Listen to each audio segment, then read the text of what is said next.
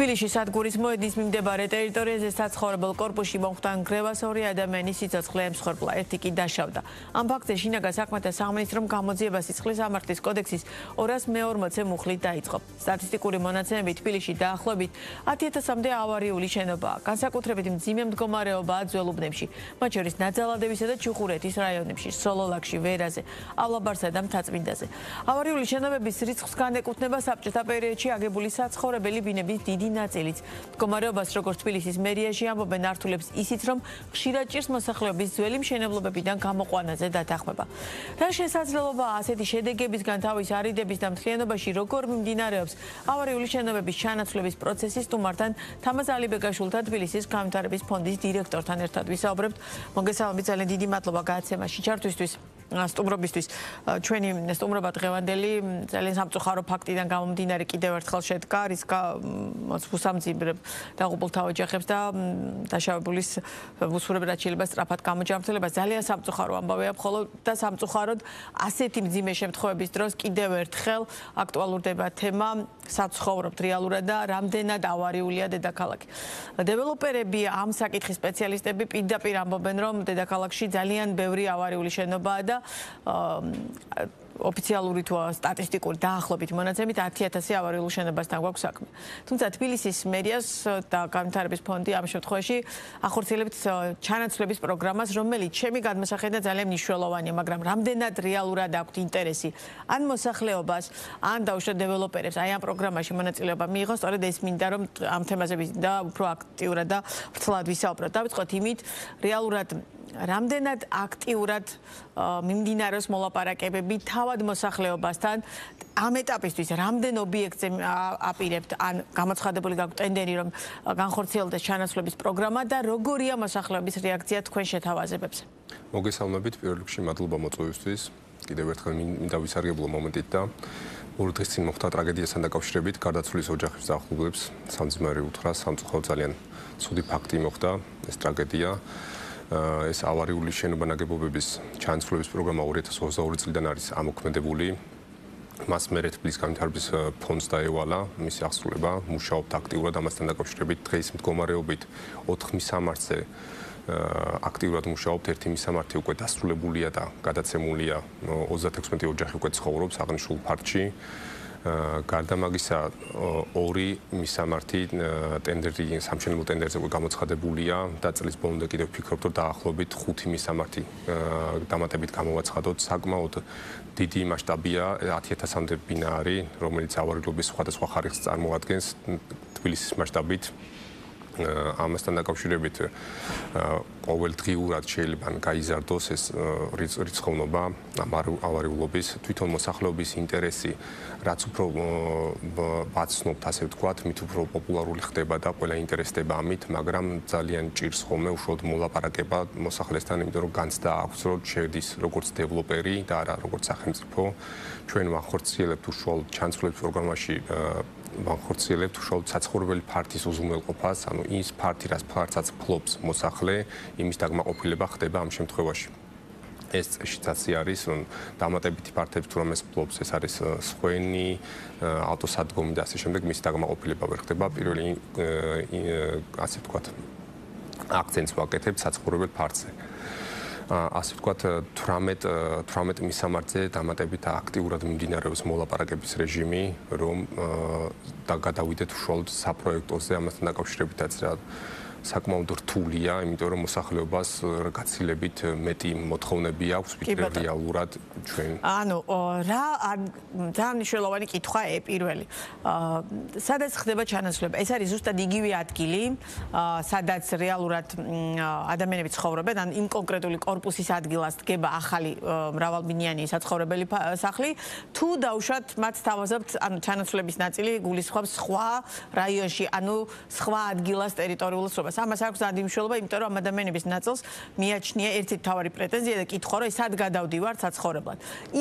იმის მაგალითზე, რაც უკვე განხორციელებული გაქვთ დედაქალაქის მერიას და ფონდს რეალურად იგივე ტერიტორიაზე ხდება თუ არა ჩანაცვლება და მე უკვე მივყვეთ თანმიმდევრულად აი მოსახლეობის პრეტენზიების მეტნაკლებად წარმოჩენა შევეცდები ახლა თქვენს წინაშე. პირველ რიგში, როდესაც ხდება აღნიშნული შენობა-ნაგებობის დემონტაჟი, საცხოვრებელი სახლი, სადაც არის მომართვიანობა იქედან ხდება შესწავლა ტერიტორიის თუ გვაძლევს იმის საშუალებას რომ აღნიშნულ ტერიტორიაზე მოხდეს თანამედროვე სტანდარტების მრავალფუნქციური შენობა-ნაგებობის აშენება, რა თქმა უნდა, იმავე ფართზე ვახდენთ დაგმაყოფილებას იმ მოსახლეობის, რომლებიც ცხოვრობდნენ. იმ შემთხვევაში თუ გეოლოგია, გრუნტი არ გვაძლევს იმ საშუალებას, რომ აშენდეს იქ სახლი, იმიტომ რომ წინა პერიოდში რაც მოხდა და დაზიანდა, ავარიული გახდა შენობა-ნაგებობა, რომ იგივე კონდიციამდე არ მივიდეთ, ვეძებთ ალტერნატიული მიწის ნაკვეთს, სადაც მოვახდენთ მათ დაგმაყოფილებას. ამ დღევს არსებული რაც უკვე დასრულებულია და სადაც უკვე ცხოვრობენ ამ კონკრეტული მაგალითიდან გამომდინარე მოსახლეობასთან დაუშვათ თავარი შეთანხმება ვის საგაზრას წარმოადგენდა და რამდენად აქტიურად წამოვიდნენ მოქალაქეები თანამშრომლობაზე. მათი მოთხოვნის ძირითად ნაწილს წარმოადგენს, რომ პირობითად რაღაც X კვადრატში როცა ცხოვრობენ, ბევრად მეტი გაუმჯობესების სურვილი აქვს. ეს აბსოლუტურად ლოგიკურია და გასაგებია, თუმცა რამდენად შეიძლება რომ აი ამ პროგრამის ფარგლებში ეს განხორციელდეს, სწორედ ეს არის ჩემი შეკითხვა. აი მაგალითად ავიღოთ სამგორის რაიონი, სადაც აქტიურად გვაქვს უკვე სამი პროექტი დაწყებული, ერთი დასრულებული არის. აქედან საკმაოდ აქტიურად მუშაობს, იმიტომ რომ ინტერესიც წამოსული არის მათ მიერ და საკმაოდ აქტიურად არიან ჩართულები. ანუ მოქალაქეები არიან თვითონ ჩართულები. თვითონ მოქალაქეები, როდესაც დაინახეს რეალურად ის სიტუაცია თუ აშენდა, როგორი კორპუსი აშენდა და რა საიდან სად გადავიდნენ, აქედან გამომდინარე, ყველა გარშემო თუ ვინმეს აქვს ავარიული ხარისხები, მესამე ხარისხი და ზემოთ, ასე ვთქვათ, ყველა ცდილობს რომ თავის მაცხოვრებლებს, ასე ვთქვათ, მეზობლებს გააცნოს, ჩართოს და მაქსიმალურად დროულად მოახდინოს ამ ხანაგობის 100%-იანი კრების ოქმის შეკვრა, მომართვა და რომ ჩაერთონ ამ პროგრამაში. აქვე მინდა კიდევ ერთხელ გავაჟღერო, რომ გაჟღერდა ტელევიზიებით რამოდენიმეჯერ რომ არ იყო საჭირო 100%-იანი თანხმობა. თუ არ იყო თანხმობა ყველას მხრიდან, რატომ არ მოხდა გამოსახლება? 100%-იანი თანხმობა თუ არ გვაქვს, ეს საკრებულოს წესშიც 2022 წლის 10-40 დადგენილებაში საცახად მითითებულია, რომ თუ არ გვაქვს 100%-იანი თანხმობა, ფიზიკურად შეუძლებელია მოსახლეობის გამოყვანა, იმიტომ რომ ეს საკუთრების უფლების დარღვევა არის. კი ბატონო. ამჟამად რამდენ პროექტზე მიმდინარეობს? 3 უკვე ახსენეთ და 18-ზე აპირებთ გამოცხადებას სატენდერო პირობებს ამზადებთ, ხო? არის კი ინტერესი დაუშვათ დეველოპერების მხრიდან, ჩვენ რამდენჯერმე გაგვიკეთებია ჟურნალისტების მხრიდან ჩართვა, თქვენს ყოფილხარ ჩვენ გადაცემის თუ რამდენად აქტიურია თვითონ დეველოპერი, იმიტომ რომ მათთვის ეს რამდენად არის რეალურად მომგებიანი, სწორედ ამ გადმოსახედიდან და როგორ ითანხმებთ დეველოპერებს, რომ დაუშვათ ამ პროექტში ჩაერთონ? მაქსიმალურად ვუწევთ, ასე ვთქვათ, პოპულარიზაციას იმ საკითხს, რომ ეს ჩანაცვლების პროგრამა, რასაც მოიცავს, თავაზობთ იმ ბენეფიტებს, მაგალითად, როგორც არის მოსახლეობასთან მოლაპარაკების ნაწილი სრულიად მუნიციპალიტეტი იღებს ამას საკუთარ თავზე, იმ ნაწილში, რომ პროექტის შეთანხმება ყველა ეტაპზე, ანუ მუნიციპალიტეტის მიერ არის შეთანხმებული, ასე ვთქვათ, და ამ ნაწილში იმ ბენეფიტებს ვაცნობთ, რა გვაქვს ამას დადებითი მხარე და ვცდილობ, რომ მაქსიმალურად პოპულარიზაცია გავუწიოთ ამ ნაწილს. ნელ-ნელა ხდება თვითონ დეველოპერების ინტერესიც, ნელ-ნელა შემოდიან, კითხულობენ თუ რა ტიპის სამშენებლო სამუშაოებია, როგორ მიმდინარეობს და ასე შემდეგ. ნელ-ნელა ბაზარზე უფრო მეტი და მეტი მოთხოვნა. რა თანხა მაგალითად წლევანდელ ბიუჯეტში გამოყოფილი ამ მიზნით და რეალურად იმდენად დიდია 10,000-ზე მეტი ოჯახი, ხო? ანუ იმდენად ბევრ სახლზეა საუბარი ამ შემთხვევაში, რომ თუნდაც 18 ან დაგეგმილი საპროექტო სატენდერო წინადადება რეალურად ძალიან ცოტაა, ხო? ყველობას ნაბერებთ. რა არის გასაკეთებელი, რომ ეს ერთი ტემპი დაჩქარდეს და თვითონ მოლაპარაკების რა არის გამაჭირებელი აი ამ პროცესის ფინანსური ნაწილი, მოსახლეობის ვერ დათანხმება, დეველოპერების ნაკლები ინტერესი თუ რა ფაქტორები განაპირობებს, რომ დაუშვათ ჯერ ისეთი ტემპი არ გვაქვს, როგორიც გენდომებოდას თუნდაც თქვენ. პირველ რიგში აღმოჩნდა, რომ წლევანდელი ბიუჯეტი დაახლოებით 25 მილიონ ლარამდე არის, ეს მიმდინარე წლის, მაგრამ ეს არ ნიშნავს იმას, რომ არ არის მზარდნების მიერ დროს, როდესაც გავამზადებთ, ასე თუ განვითარების ფონდი მიმართავს, დამატებით ახალ პროექტს წარუდგენს თბილისის მთავრობას, ამის დაგმაყოფილება ხდება ყოველ ჯერზე, ან თანხები მზარდია, მაგრამ იმ ნაწილში, რომ ეს 10,000-მდე შენობა-ნაგებობა, რომ ვთქვათ, 1 და 2 წელში მოხდება, ეს გამორიცხულია ფაქტიურად იმ ხელა კოლოსალურ თანხებზე გავდივართ, რომ ამას ქალაქის კი არა, ქვეყნის ბიუჯეტიც ფიზიკურად რაღაც ძალიან მცირე პერიოდში ვერ აწევს. იმიტომ ეს გრძელვადიანი პერსპექტივა არის, მთავარია ეს დაიწყო, საკმაოდ აქტიურად დაიწყო ეს ყველაფერი, საკმაოდ პოპულარიც გახდა და ნელ-ნელა უფრო მზარდი და მზარდი არის ყოველწლიურად. რაც შეეხება დეველოპერების ჩართულობასთან დაკავშირებით, ერთხელ ვიტყვი, რომ ჩართულობაც ნენელაკიდან გამომდინარეობს, რომ რაც უფრო მეტი პოპულარიზაცია ხდება. დროის ფაქტორი უშუალოდ მოლაპარაკებების რეჟიმში საკმაოდ რთულია, იმიტომ რომ როგორია ეს პროცესი, ან როგორ ახდეთ მოლაპარაკებებს? პირველ რიგში, როდესაც შემოდის განცხადება, ასე ვთქვათ, 100%-იანი თანხმობა, როდესაც შემოდის მოსახლეობის, თან აქვს ძართული ავარიულების შესაბამისი ხარისხი. ამის მერე უკვე გადადის შიდა აგეგმვითი აზომვითი სამუშაოები იწყება მოსახლეობასთან ერთად. ეს მოსახლეობა ქირით არის გაყვანილი იმ პერიოდში, უკვე გადიან გამგეობებს გაყავთ ქირით და მერე ვიწყებთ საპროექტო დოკუმენტაციის დამუშავებას. ინდივიდუალურად ხდება ეს საპროექტო დოკუმენტაციის. რა ვადაში შენდება დაახლოებით პირობითად ერთი корпуსი რა ვადაში აშენდა? მასშტაბებიდან გამომდინარე საშუალოდ ახლა ჩვენ მიმდინარე რაც აქვს 2-დან 3 წლამდე ხდება რომ და ფუნდამენტად და ამ 3 წლის განმავლობაში მთლიანად ქალაქი იღებს პასუხისმგებლობას რომ ისინი ქირით იყოს უზრუნველყოფილი. სრულად უზრუნველყოფილი არიან ქირით. ამ შემთხვევაში, როდესაც გაყავს ქირით მოსახლე, სანამ არ გადაეცემა ასე ვთქვათ, სრულად კეთილმოწყობილი გარემონტებული ბინა, მანამდე უზრუნველყოფი და ვალდებულება გვაქვს, რომ უხადოთ ქირა თითოეულ მოსახლეს. ანუ მოლაპარაკებების პროცესში ყველაზე რთულ ნაწილს რა წარმოადგენს?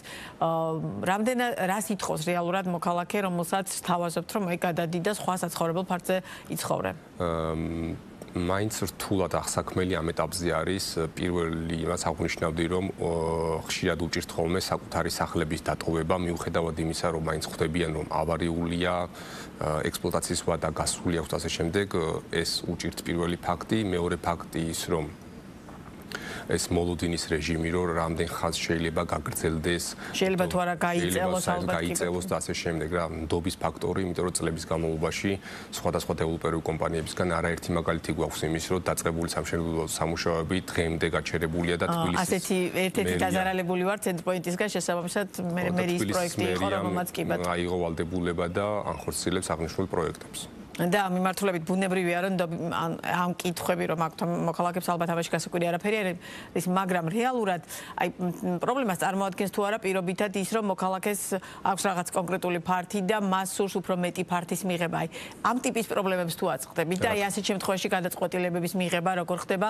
თქვენ იღებთ თქვენათ ახმებთ თუ დეველოპერი თუ როგორ არის ეს ურთიერთობა? რა თქმა უნდა ეს გადაწყვეტილებებში ამ ნაწილში, იმიტომ რომ მოლაპარაკებების რეჟიმში, ამ რეჟიმის დროს ყალიბდება ეს კითხვები პრობლემებიც მაშინ არის, როდესაც ფონდი ვაწარმოებთ მოლაპარაკებას თვითონ მოსახლეს მიმართ მოდის ესეთი რაღაცა, რომ იმას რა ყველას უნდა რა თქმა უნდა იმაზე მეტი ფართი ვიდრე ფლობს.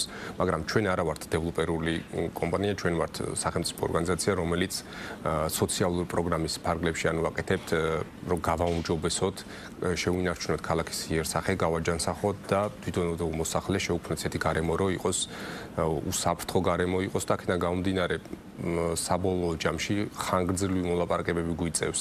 თითოეულ ადამიანთან მოსახლესთან შეიძლება რამოდენიმე შეხვედრაც დაგვჭირდეს, სანამ საბოლოო დათანხმებამდე, საბოლოო ხელშეკრულების გაფორმებამდე მივვალთ. მაგრამ ეს არ ნიშნავს იმას, რომ პირველ ეტაპზე ანუ გავაფორმებთ ხელშეკრულებას, მერე როდესაც პროექტი დასრულდება, ექსკიზი, რამოდენიმე ხელშეკრულება იდება, იმიტომ რომ ვაცნობთ თითოეულ დეტალს, ვუთანხმებთ თუნდაც როგორი კაფილმეტლახი უნდა მოეწყოს მასთან, როგორი უნდა იყოს შიდა. და ამ ყველაფერს აკეთებს მერია? რა თქმა უნდა. ამ მონაცემულობით რამდენი დეველოპერული კომპანიაა ჩართული და გაქვთ თუ არა მოლოდინი, რომ დაუშვათ მათი მხრიდან ინტერესი გაიზრდება? ამ ეტაპზე ყავს ერთი კომპანია არის, რომელიც ამას უპირობებას უწევს, ეს არის არა, BK Construction-ი არის ამ ეტაპზე, მაგრამ დაინტერესება აქვთ რამდენიმეს უკვე მოდიან, ინტერესდებიან, აგერ ტენდერი დაახლოებით ეს 15 დღეში გაგვეხსნება, 20 დღეში ეს ორი ტენდერი და ვნახავთ კიდე რამდენი კომპანია იქნება წარმოდგენილი, იმიტომ რომ თვითონ კომპანიებთანაც აქტიურად ვართ მოლაპარაკების რეჟიმში, რომ ვაცნობთ რა არის თავარი პრობლემა, რასაც რომელთა გადაჭრასაც კომპანიები გთხოვენ, ანუ რა შემთხვევაში შეიძლება რომ ისინი დათანხმდნენ აი ამ პროცესში მონაწილეობას? იმის გათვალისწინებით, რომ ამ ხნის განმავლობაში პირობითად ყველაზე მსხვილი დეველოპერული კომპანიების დაინტერესება ვერ მოხერხდა, ანუ რა ხელშემშლელი ფაქტორები არსებობს, ხო რა არის ხელშემშლელი, რის გამოც დაუშვათ დეველოპერები არ ინტერესდებიან? პირველ რიგში ვიტყოდი ამას, რომ ჩვენ იმიტომ მაქსიმალურ კონტროლს ვუწევთ, თუნდაც ხარისხის კუთხით, გეგმოგრაფიკის კუთხით, თუ როდის იწყებს და როდის ასრულებს. როდესაც ეს ინდივიდუალურად თავის ბიზნესს აწარმოებს, იქ შეიძლება კონდეს განსაზღვრული რაღაც კონკრეტული ვადა, მაგრამ ამის ვადის გადაცილება, დარღვევა და ასე შემდეგ შემდეგ ხო არანაირი საჯარიმო სანქციებს არ ითვალისწინებს, მაგრამ ჩვენ შემთხვევაში ხო ამას მკაცრად ვაკონტროლოთ, თითოეული ეტაპს აქვს თავისი ვადა, რა ვადაშიც უნდა იყოს ჩახული, წინააღმდეგ შემთხვევაში ამ საჯარიმო სანქციები მოყვება და ფიქრობ ალბათ ერთ-ერთი ფაქტორი ესეც არის, რომ ეს გეგმა გრაფიკიდან გამომდინარე, კონტროლიდან გამომდინარე, რაღაცნაირად ცდილობენ რომ თავი აარიდონ და ისევ დამოუკიდებლად მოეძიონ აღნიშნული ლოკაციების და თვითონ მაშინ როგორ აპირებთ რომ დააინტერესოთ? ანუ ვუხსნით რომ ეს არ არის ის რაღაც სიტუაცია, რომელზეც დაუშვათ არ არის შესაძლებელი განახორციელოს ის ვადები, რომელი ვადებიც გვაქვს თუნდაც ეტაპის ჩაბარებაზე, ეს არის გონივრულად განსაზღვრული ვადები, რომ ნებისმიერ კომპანიას შეუძლია აწიოს, რომელიც ბაზარზე ოპერირებს და შესაძლებელი იქნება ამის შესრულება. და ჩვენი საუბრის ბოლოს ის 100% თანხმობა რადგან არის საჭირო მესაკუთრების იმისთვის რომ დაიწყოთ. ფიქრობ თუ არა რომ არის საკანონმდებლო ცვლილების აუცილებლობა დგას თუ არა ამ ნაწილში და ასევე ძალიან მნიშვნელოვანია ერთი ძალიან ისეთი დეტალი რეალურად ეს თბილისის მერიისთვის და ფონდის ამ შემთხვევაში ეს არის ერთგვარად დედაქალაქის ჯანსაღება დედაქალაქის მოსახლეობისთვის უკეთესი პირობების შეთავაზების შესაძლებლობა და შემდგომ. მაგრამ რეალობაში რამდენად შესაძლებელია რომ თბილისის მერიამ ეს პრობლემა რეალურად მოაგვაროს? დავიწყებ იქიდან რომ თვითონ კანონში ცვლილებასთან დაკავშირებით რა ამ ეტაპისთვის ანუ როგორც ასეთი ძირეული ცვლილება თუ რამე იქნება საჭირო შესატანი ნებისმიერ დროს იქნება ეს განხილული, იმიტომ რომ არ არის ჩაკეტილი, ანუ განხილვის დონეზე ნებისმიერ დროს შეიძლება განვიხილოთ აღნიშნული საკითხი და იმ ნაწილში თუ რამდენად შესაძლებელია ამის აწევა, თვითონ ეს მაგალითი გვაქვს უკვე რომ ვიწყებთ აქტიურად არის ამის მომართვიანობა უკვე განხორციელებული. ამ ორი დღის წინანდელმა ამბავმა გააქტიურა მოქალაქეები და არის მომართვები. ძალიან ბევრი მომართვიანობა არის დაახლოებით 100-ზე მეტი მომართვა განხორციელდა 24 საათის განმავლობაში, იმიტომ რომ ძალიან ბევრი დაინტერესდა, ყველამ გამოაცხადა რომ ვინც უარს განაცხადებდა იმანაც კიდე რაღაცა წამოვიდა, გადმოდგა ნაბიჯები და ჩვენც მაქსიმალურად ვცდილობთ რომ ეთანამშრომლობთ, აუხსნათ კიდე ერთხელ ჩავხდოთ აღნიშნულ პროგრამაში და რაც უფრო მეტი იქნება, ჩვენც მოხარული ვიქნებით, იმიტომ რომ უფრო მეტი მოქალაქე გვეყოლება დაგმაყოფილებული. ძალიან დიდი მადლობა საინტერესო საუბრისთვის წარმატებებს გისურვებთ. ამაზ ალიბეკაშვილი იყო ბიზნეს პარტნიორის პირდაპირ ეთერის სტუმარი.